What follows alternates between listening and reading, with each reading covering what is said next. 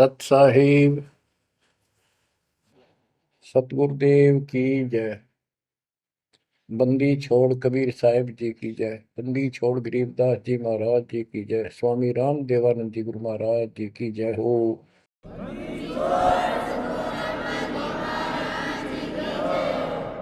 सर्व संतों की जय, सर्व भक्तों की जय, धर्मी पुरुषों की जय।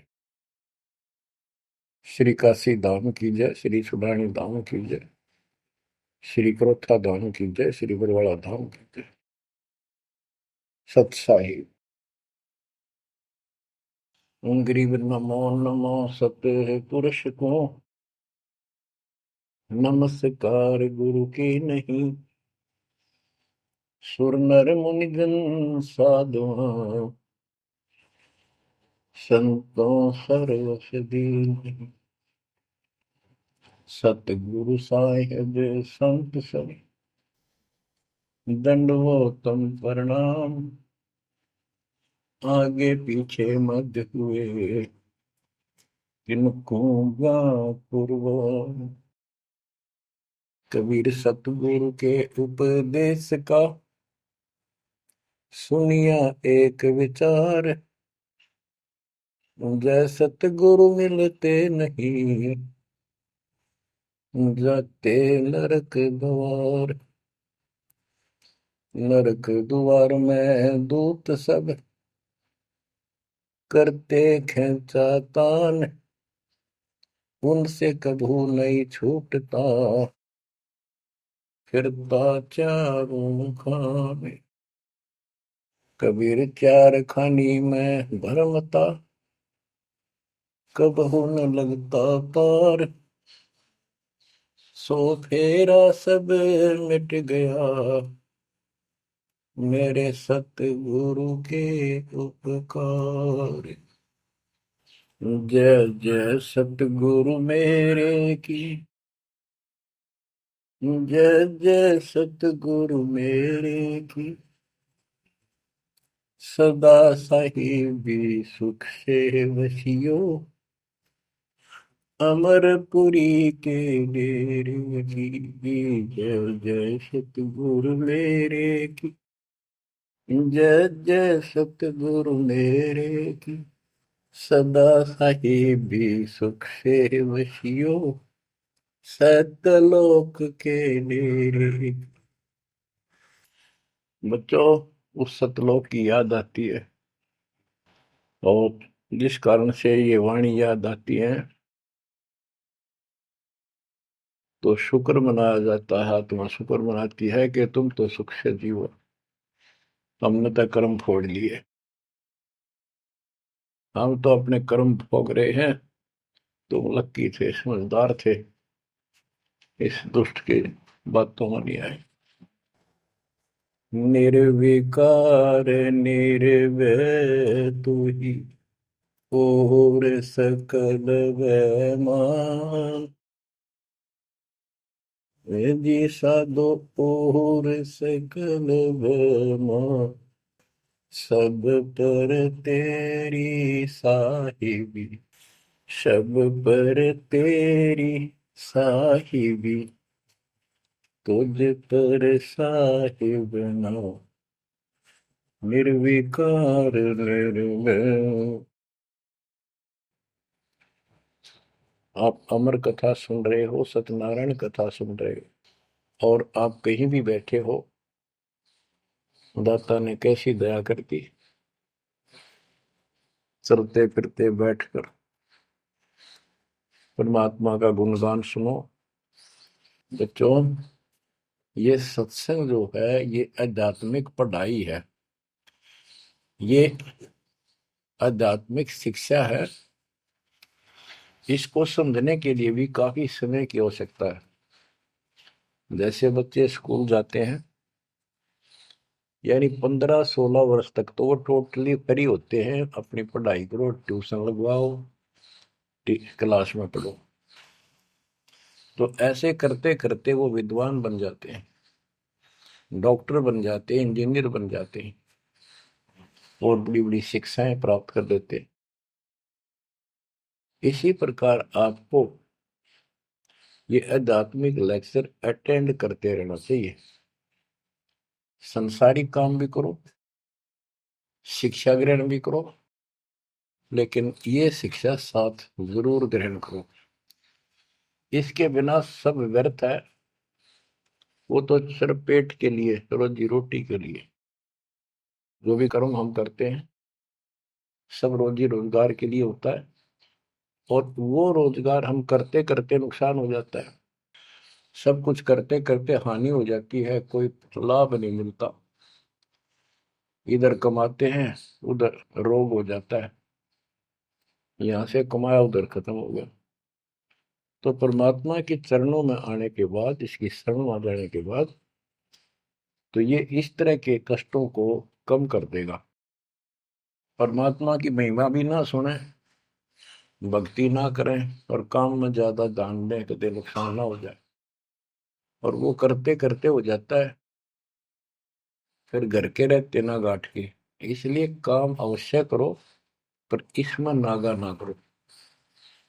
परमात्मा की महिमा अवश्य सुनो, और भक्ति डेली करो, सुबह दोपहर शाम के परमात्मा की स्तुति। आजकल तो अनपढ़ भी कर सकते हैं, मोबाइल घर घर है, उसमें लगाओ आरती, सुबह दोपहर शाम की, आराम से सुनो, काम भी करते रहो। खाना बना रहे हो, आरती चल रही है, बहुत बढ़िया, ध्यान आरती में रहेगा। जैसे ड्राइवर गाड़ी चलाते हैं, ड्राइविंग तो बहुत सावधानी का काम होता है, लेकिन उसमें बातें करते रहते हैं, वो चलाता भी रहता है।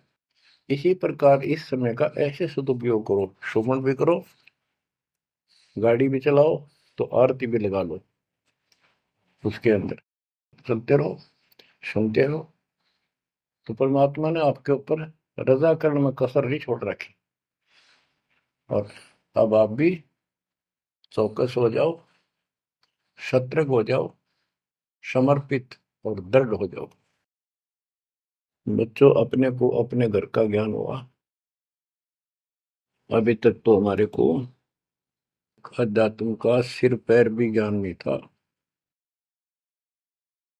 और जब तक बच्चों हमें विश्वास नहीं होता कि परमात्मा कौन है, इसका प्रमाण कहाँ है, कहाँ प्रूफ है, और हमारी आत्मा इस बात को नहीं स्वीकार कर लेती क्या सचमुच यही सत्य है, तब तक हम भक्ति भी करते रहते हैं, और आत्मा अस्थिर रहती है, मन अस्थिर रहता है। कोई भी कोई साधना बताता है, हम उसी को करने के लिए तत्पर हो जाते हैं। वो पहले वाली तो छोड़ते नहीं, और भी शुरू कर देते, क्योंकि हमें चाह है परम पिता की। हमें इस बात का एहसास है कि एक शक्ति है जो हमारे दुखों का निवारण करती है, किस्मत से भी अलग देती है। किस्मत में दुख आया, प्रारब्ध में कष्ट हुआ, तो हम उसके निवारण के लिए किधर झाड़ फूक वालों के पास, कहीं हाथ दिखाने गए, कहीं पहाड़ों पर किसी ने बताया वहां गए, व्रत रखने को कहा वो रखा। हमने हर तरह से कोशिश की कि कोई सुख प्राप्त हो, ज्यादा धन प्राप्त हो, लेकिन ऐसा कुछ नहीं हुआ।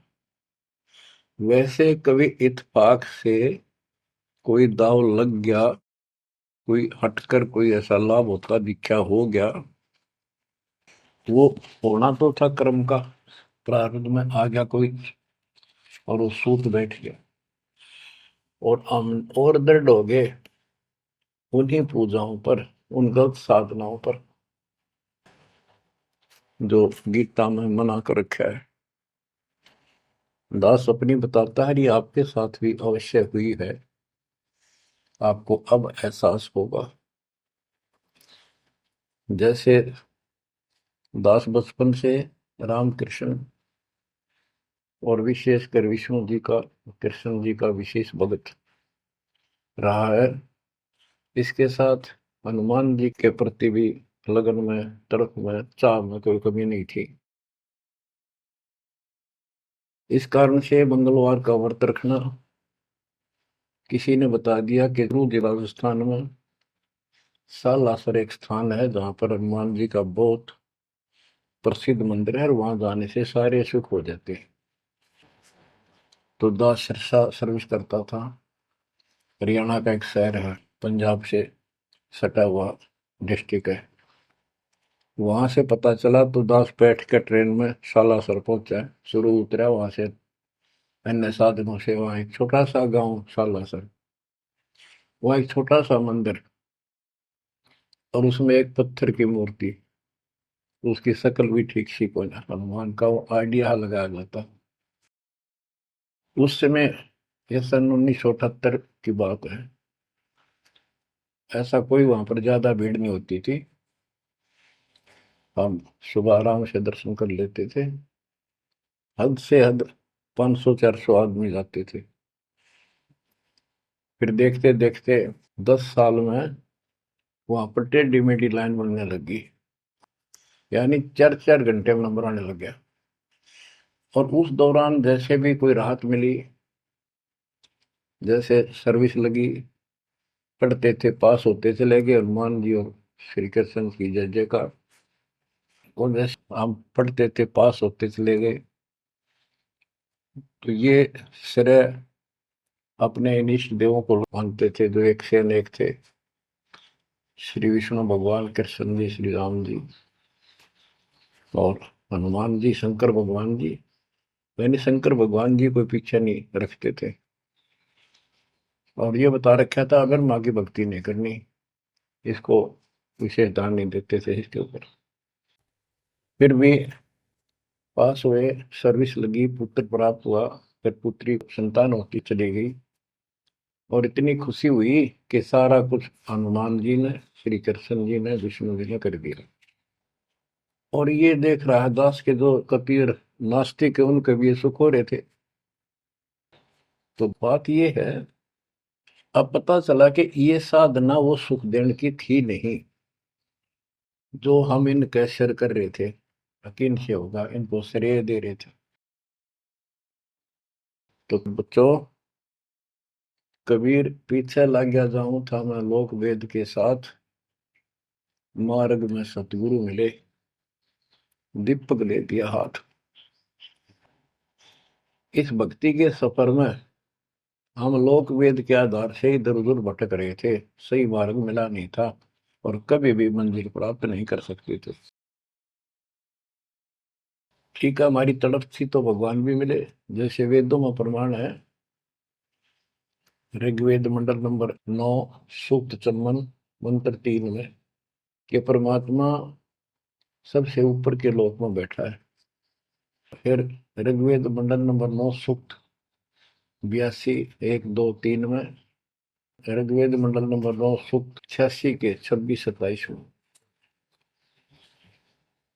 तो ये बताते हैं कि परमात्मा अच्छी आत्माओं को मिलता है, वहां से गति करके नीचे आता है, उनके संकट दूर करता है, उनको सच्ची राह दिखाता है अपने मुख कमल से। ऋग्वेद मंडल नंबर 9, सूक्त 96 के 16 से 20 तक, ऋग्वेद मंडल नंबर 9, सूक्त 94 का मंत्र 2, 95 का मंत्र नंबर 1। इन सब में मिलाकर एक निष्कर्ष निकलता है कि परमात्मा ऊपर से गति करके आते हैं और यहाँ अच्छी आत्माओं को मिलते हैं। एक कविता, काव्यों यानी लोकोक्तियों, शब्दों, वाणियों, साखियों के माध्यम से अध्यात्म ज्ञान अपने मुख कमल से बोलकर सुनाते हैं।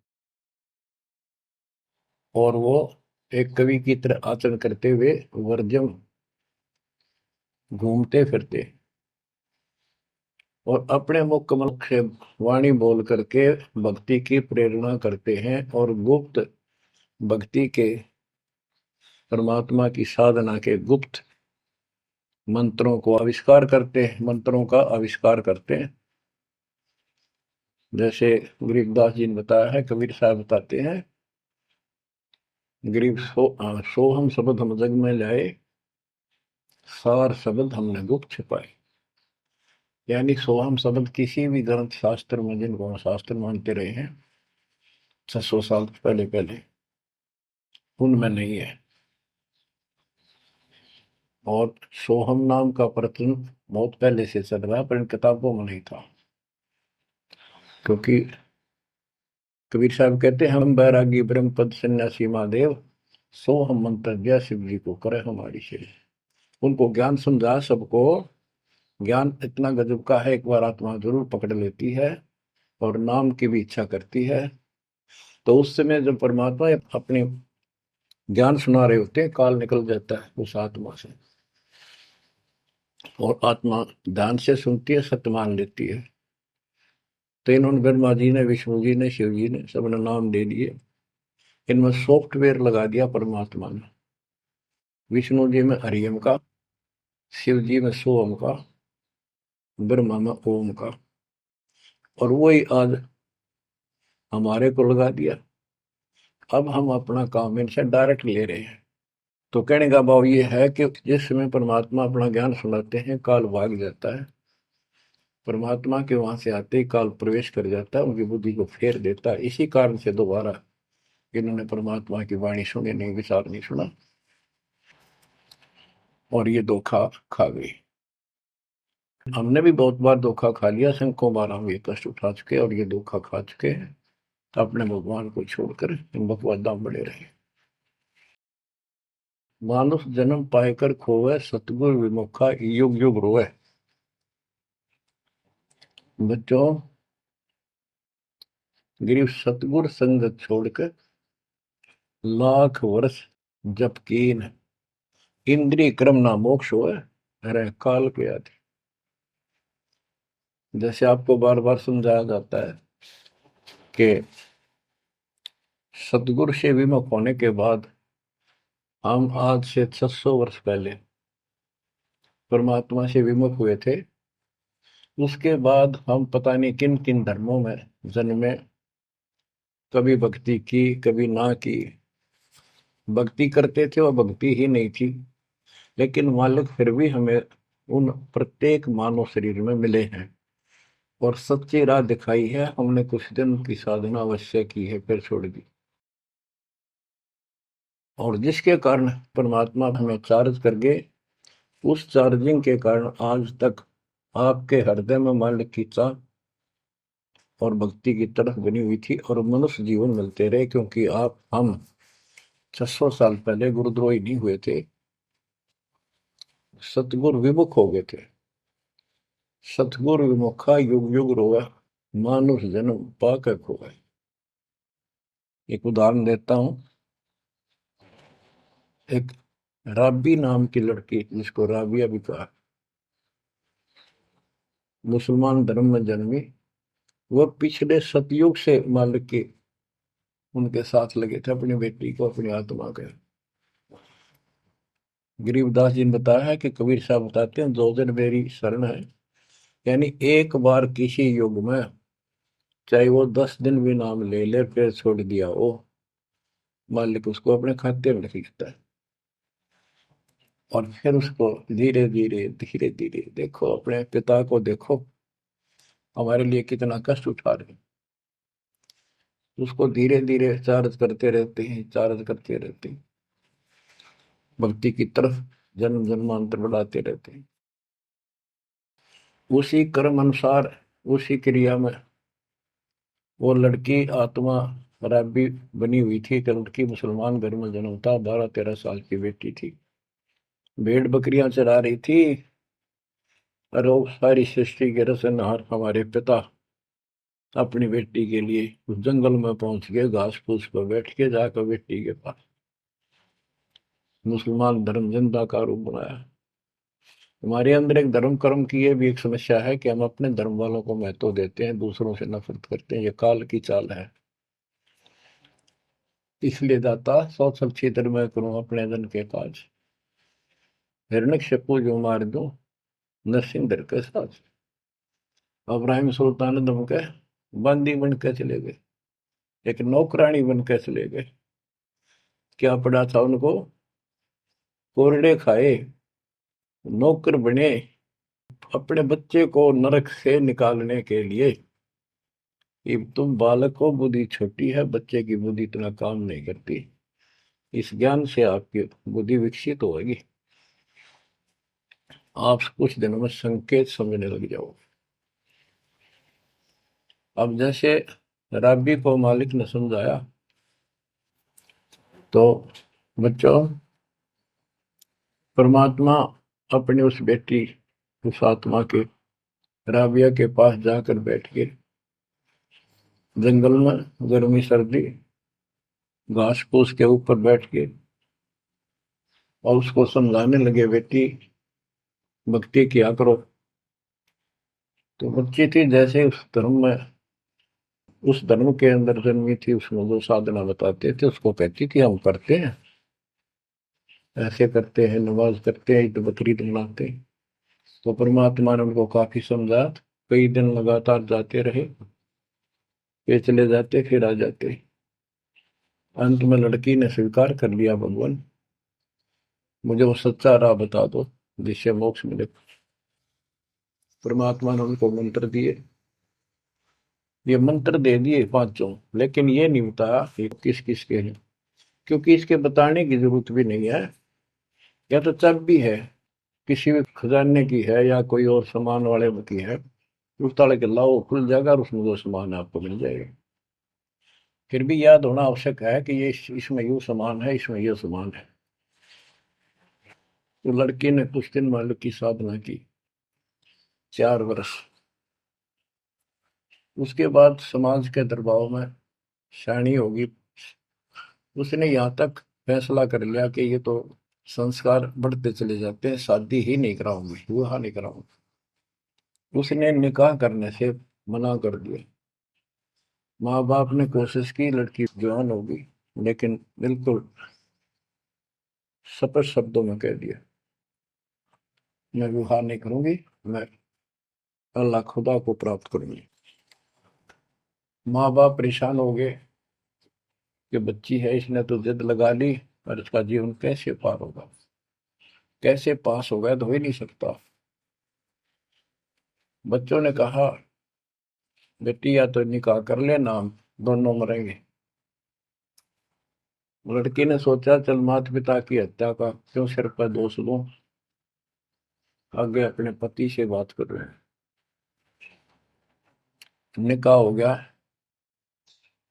मुसलमानों के अंदर लड़की से अपनी राय पूछी जाती है विवाह के समय कि क्या आपको ये विवाह मंजूर है, निकाह कबूल है। लड़की यस कर देती है तो विवाह होता है, न तो नहीं होता।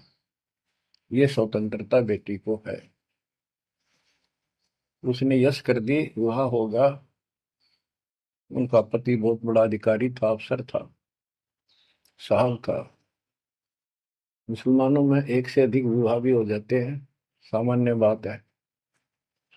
तो उसने यही विचार किया था कि ये तो शादी और कर लेगा, वहां दबाव बनाऊंगी, ना तो मर जाऊंगी और क्या इलाज है। तो उसने अपने पति से अपना उद्देश्य बता दिया, मैं भक्ति करना चाहती हूँ, मेरी कतई तमन्ना नहीं है कोई शादी और बच्चे पैदा करने की। यदि आप मेरे साथ जबरदस्ती करोगे तो मैं सुसाइड करूंगी। उनका पति भगवान से डरने वाला मुसलमान था, वास्तव मुसलमान था। उसने कहा, राबिया आपने निकाह कबूल क्यों किया, ये बता।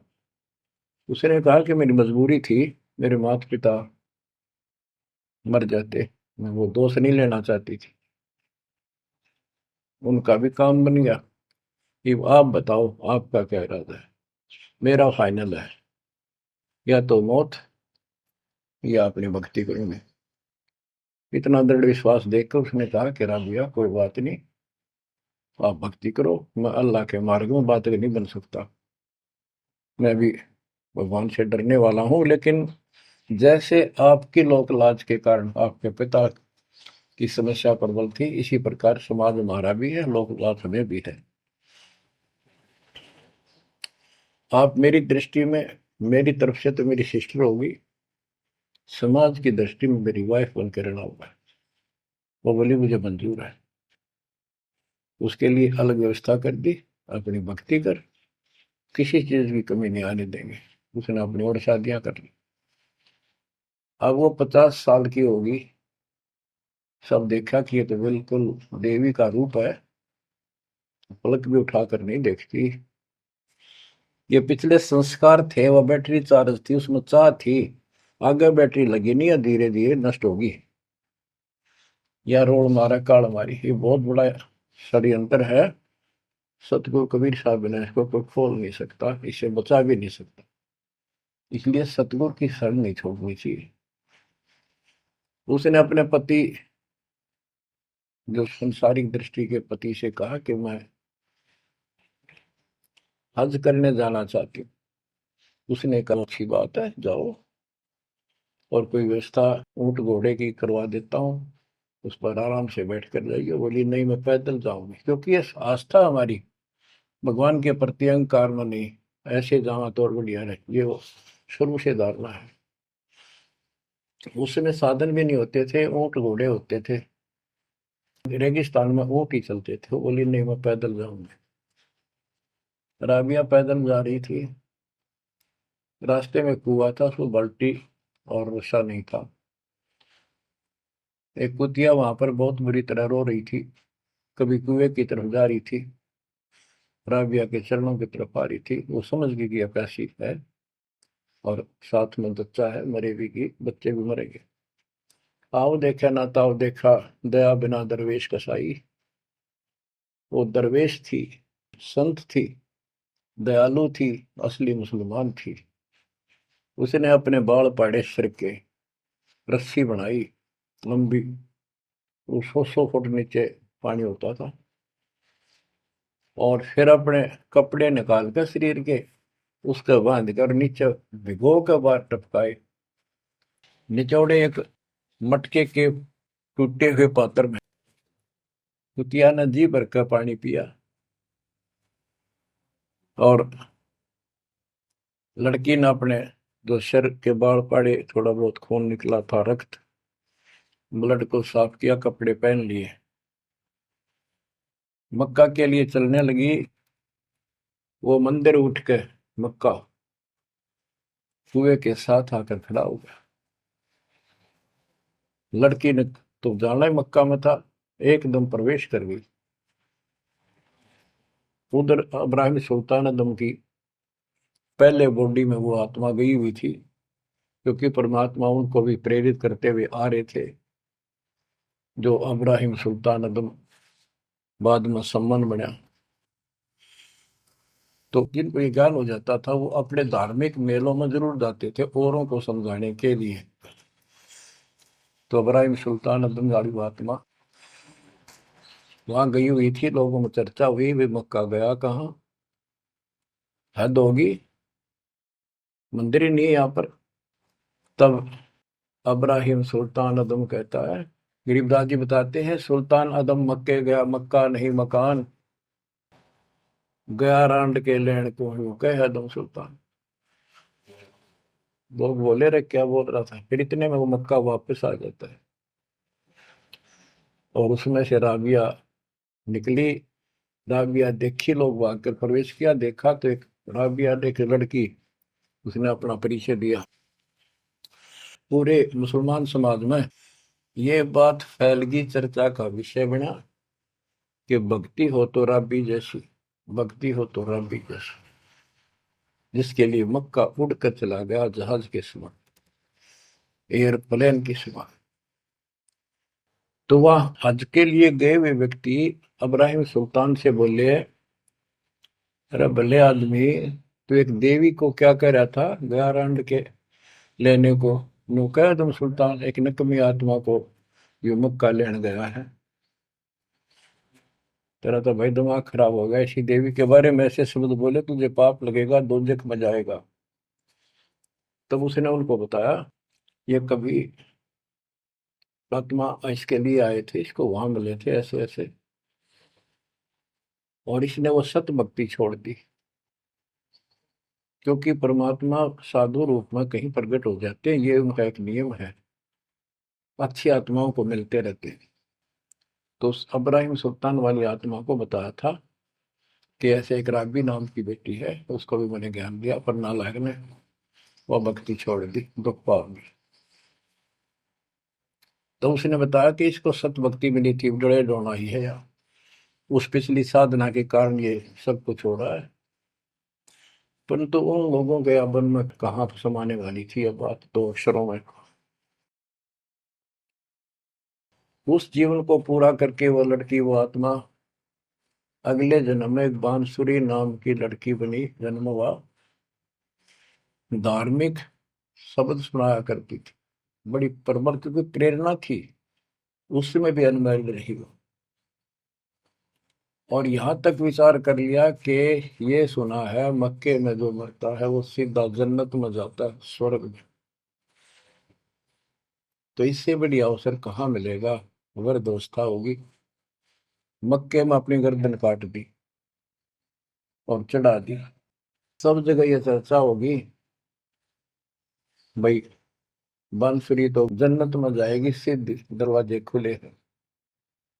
अब बताओ, वो तो लोक वेद था, तत्व ज्ञान क्या कहते।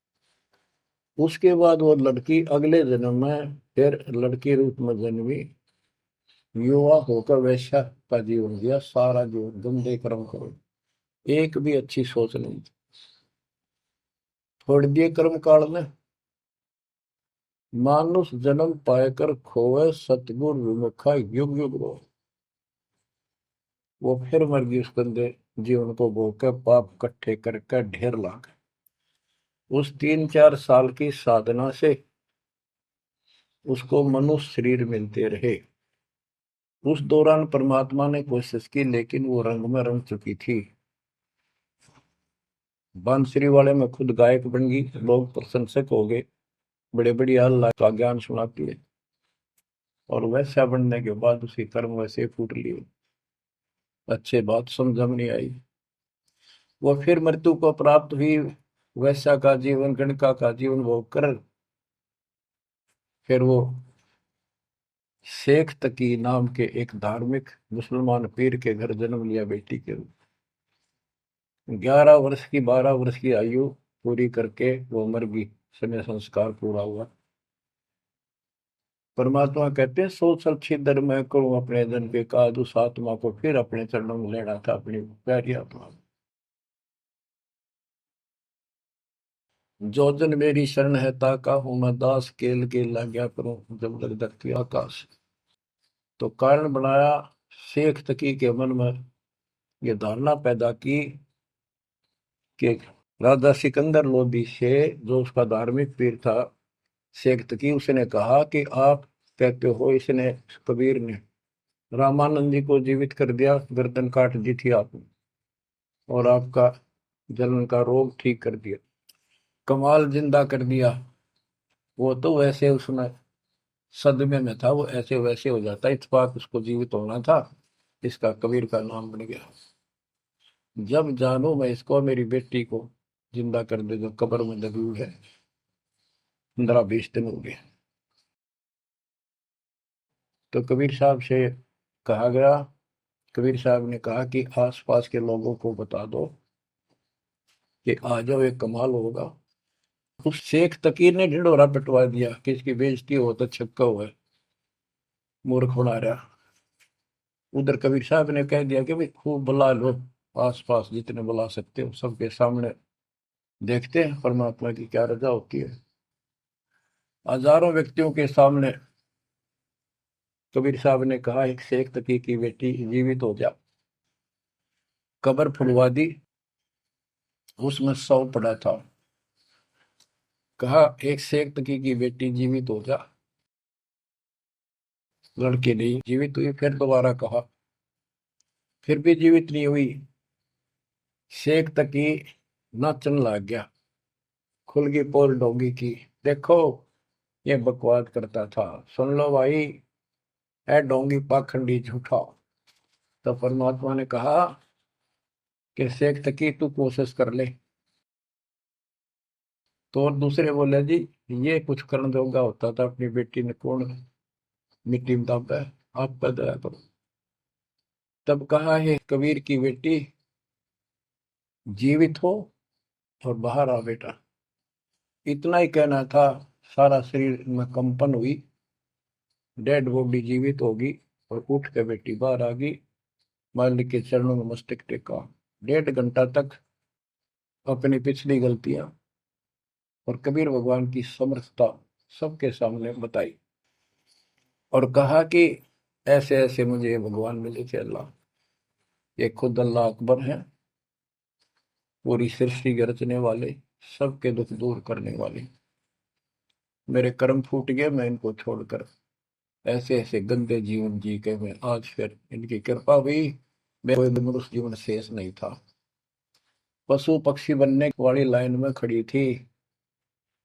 ये परमात्मा वहां पहुंचे और धर्मराज के दरबार से मैं मुझे पेश किया, वहां से मेरे कागज निकाल दिए और मुझे साथ लेकर यहाँ के छोड़ा है। बोलो सतगुरुदेव की जय हो, बद्दी छोड़ कबीर साहिब की जय हो।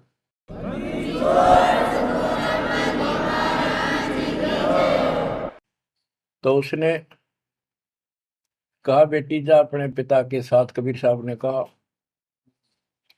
शेख तकी के साथ। वह बेटी बोली मुझे अपना पिता मिल गया, अपना मालिक मिल गया।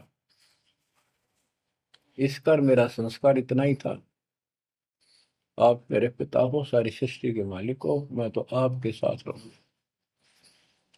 अपने गुरु के मैं संग संग होली, अपने गुरु के मैं संग संग होली। सखेरे मोहे नेकन आई लाज, आज मोहे गुरु दर से दिखाए।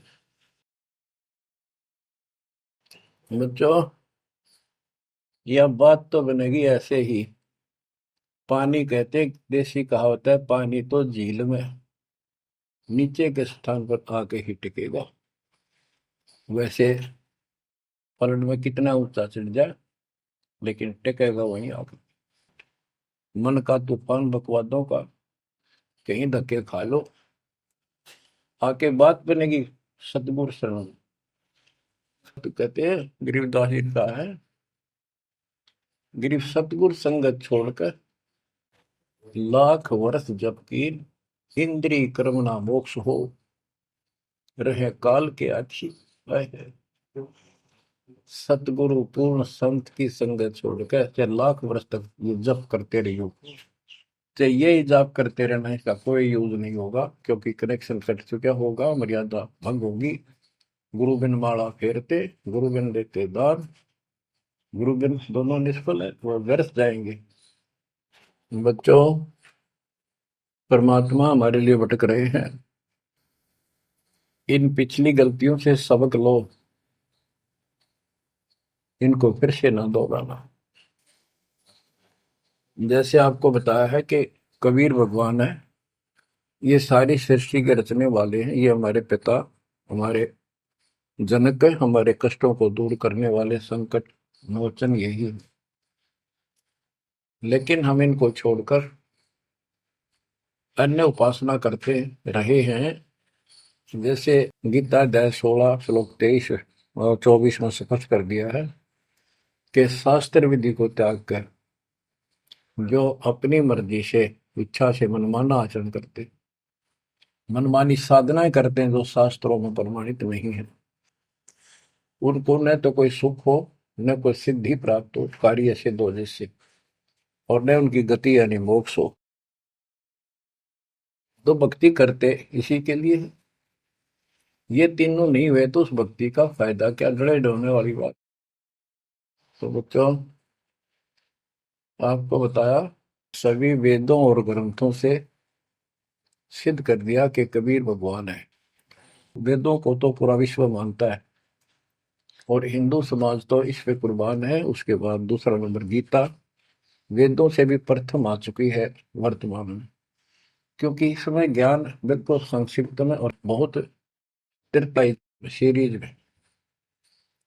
तो इसलिए इनमें सबसे आपको प्रमाणित कर दिया कि कौन सी भक्ति करनी है, कौन सी ना करनी है। गीता अध्याय श्लोक 23 में तो 16 के 23 में तो बता ही दिया कि शास्त्र विधि को त्याग कर मैं आचरण करता हूँ, को कोई यूज नहीं। 24 में कहा कि इससे तेरे लिए अर्जुन शास्त्र ही प्रमाण है, कर्तव्य जो साधना करने योग्य है और अकर्तव्य जो ना करने वाली है, इन्हीं के आधार से करो। गीता अध्याय 9 श्लोक 25 में कहा कि भूत पूजने वाले भूतों को प्राप्त होंगे, पितर पूजने वाले पितरों को प्राप्त होंगे, देवताओं की भक्ति करने वाले देवताओं को प्राप्त होंगे, और मेरी भक्ति करने वाला मुझे प्राप्त होगा। अपनी साधना का पूरी गीता में 8वें अध्याय के 13वें श्लोक में एक मंत्र बताया है, ओम इति एक अक्षरम, ओम इति एक अक्षरम व्यवहारण माम मम ब्रह्म अनुसमरण। ओम इति एक अक्षरम मम मम ब्रह्म यह प्रयाति तजन देव से याति प्रभाव। मुझ ब्रह्म का केवल एक ही मंत्र है जिसका जाप करना अंतिम सांस तक जो इसकी साधना करता है वो मेरे से इस ओम से प्राप्त होने वाली गति को प्राप्त होता है। वो गति कौन सी है, इसके लिए आपको, क्योंकि ये एक लेक्चर है, पीरियड है जो दास आपको दे रहा है, और इसमें टीचर पहले दिन से लेकर 1 साल तक यह पढ़ावा है, तब जाकर के बच्चों के दिल में स्वभावत है 100 बार पढ़ा ले तो भी पढ़नी पड़ती है, तभी उसके ऊपर विश्वास उतर जाता है, वो हृदय में जम जाती है।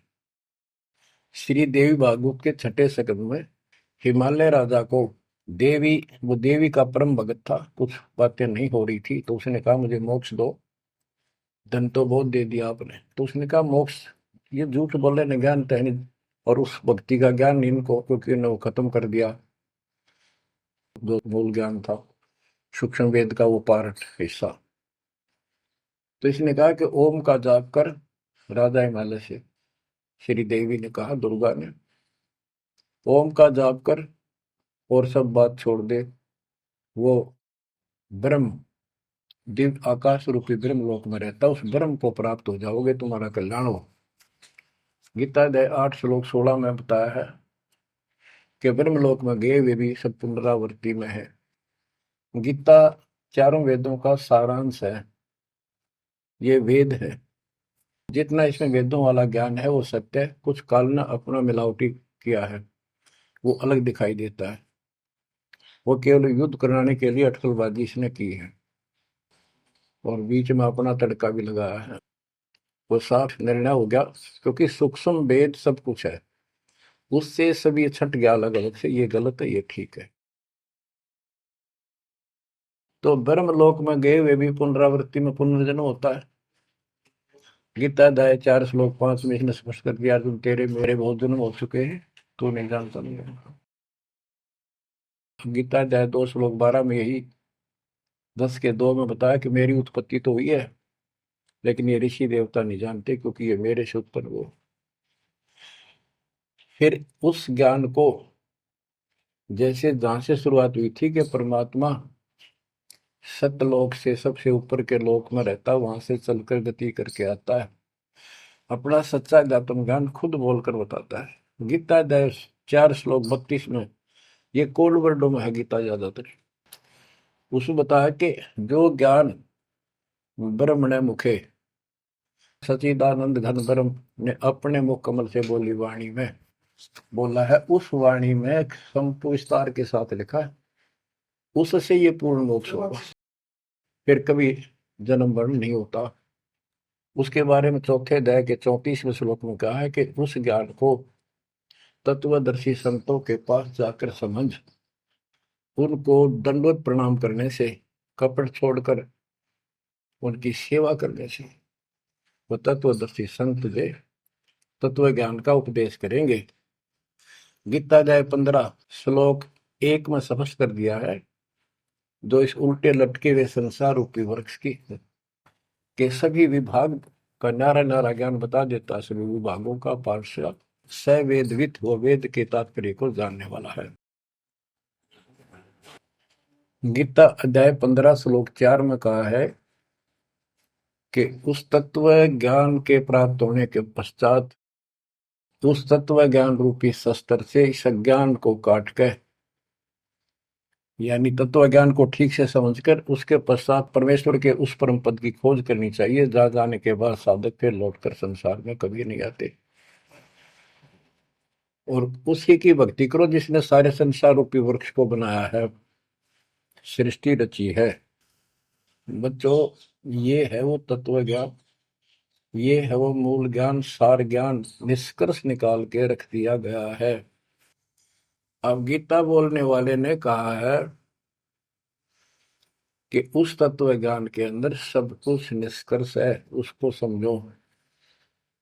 यही कुरान शरीफ के अंदर, कुरान मजीद के अंदर सूरत फुरकानी 25 आयत 52 से 59 में यही स्पष्ट किया है। वो कबीर नाम का परमात्मा है जिसने सारी सृष्टि रची, जिसने सब आपको संतान माता पिता का रूप दिया, सबके कर्मों को वो काटने वाला है, सबके कर्मों को ठीक से जानता है। 6 दिन में सृष्टि रच के जो 7वें दिन तखत पर जा विराजा, उसकी खबर किसी बाखबर से पूछो। गरीबदास जी कहते वेद कतेब एक है भाई, और वेद कतेब का ज्ञान है दूर, वो संतों का मार्ग दूर। ये अधूरा ज्ञान है, जब इसमें स्पष्ट है ही नहीं, जब ये कह दिया कोई और बताओगा तो वो और अब आपके सामने है, आपको प्राप्त हो चुका है।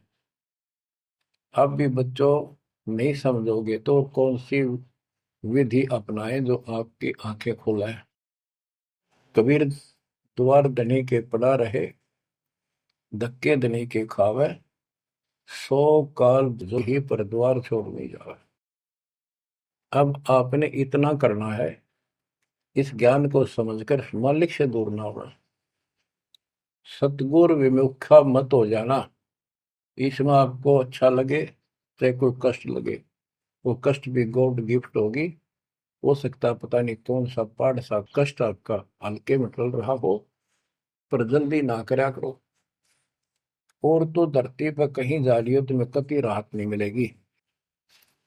तो बच्चों, मानत ना मन मोरा साधो, मानत ना मन मोरा रे, बार बार मैं ये समझाऊं जग में जीवन थोड़ा रे, बार बार मैं ये समझाऊं जग में जीवन थोड़ा। दुविधा दुर्मति चतुराई में जन्म गया नर तोरा रे, अब भी आने में लो सत्संग में, करो गुरु ज्ञान पर गौरा रे। अब भी आने में लो सत्संग में, करो गुरु ज्ञान पर गौरा रे। शरण पड़े को गुरु संभाले, जाने का बालक भोला रे। कह कबीर तुम चरण चित राखो, जो सोई में डोराए। कह कबीर तुम चरण चित राखो, जो सोई में डोरा रे। मानत ना मन मोरा साधो, मानत ना मन मोरा रे, बार बार मैं ये समझाऊं जग में जीवन थोड़ा रे। बच्चों, जैसे धागा सुई में चिपका रहता है, ऐसे लटके रहियो परमात्मा के दास के चरणों, मोक्ष मिलेगा सत साहिब।